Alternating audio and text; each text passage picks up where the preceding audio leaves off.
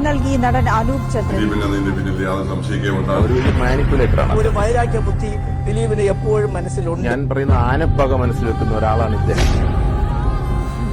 ചോരയുടെ മണം കേട്ട് പിരാന മീനുകളെല്ലാം ഒരുമിച്ച് കൂടിയിട്ടുണ്ട്.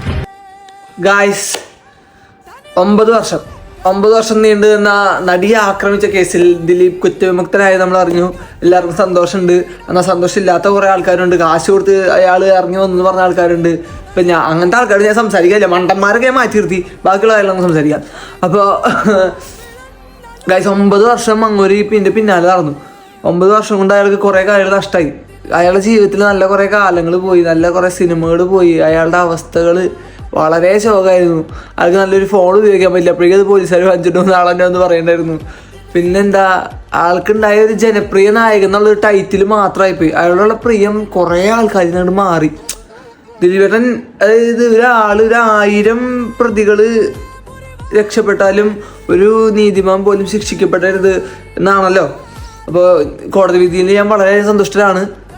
നിങ്ങൾ സന്തുഷ്ടനാവുക. കാരണം ഇങ്ങനെ എല്ലാം നമുക്ക് കാരണം പെട്ടെന്ന് കാശൊന്നും കൊടുത്ത് ഒതുക്കാൻ പറ്റുന്നില്ലല്ലോ. നിങ്ങൾക്ക് തന്നെ അറിയാമല്ലോ അത് എന്തായിരിക്കും അതിൻ്റെ പിന്നെയുള്ള കാര്യങ്ങളെന്നൊക്കെ നമുക്കൊന്ന് ഊഹിച്ചാൽ മനസ്സിലാവും. അപ്പോൾ ദിലീപേട്ടന് മാധ്യമപ്രവർത്തകരോട് പറയേണ്ടായിരുന്നു കാര്യങ്ങളൊക്കെ. അപ്പോൾ അത് കണ്ടപ്പോൾ എനിക്ക് വളരെ സന്തോഷമായി. കാരണം എനിക്ക് വളരെ ഇഷ്ടമുള്ളൊരു നടനാണ്, എൻ്റെ അമ്മയ്ക്ക് വളരെ ഇഷ്ടമുള്ള നടനാണ്. അപ്പോൾ ദിലീപേട്ടൻ കുറ്റമുക്തനായതിൽ വളരെയധികം സന്തോഷം. അപ്പോൾ അനാവശ്യ കാര്യങ്ങളൊക്കെ വന്ന് കമൻറ്റിലൊക്കെ ഇടുന്ന ആൾക്കാരോട് ഞാൻ പറയാം, പൈസ കൊടുത്തു വന്നു കോടതി വിധിനൊക്കെ എതിർത്തൊക്കെ വീഡിയോ ഇടുക അല്ലെങ്കിൽ അങ്ങനത്തെ കാര്യങ്ങളൊക്കെ ചെയ്ത് കഴിഞ്ഞാൽ പോലീസ് പിടിക്കും കേട്ടോ. മണ്ടത്തരങ്ങളൊന്നും കാണിക്കാണ്ട് കുടുംബത്തിൽ കയറി ഇരുന്ന് എല്ലാവരും.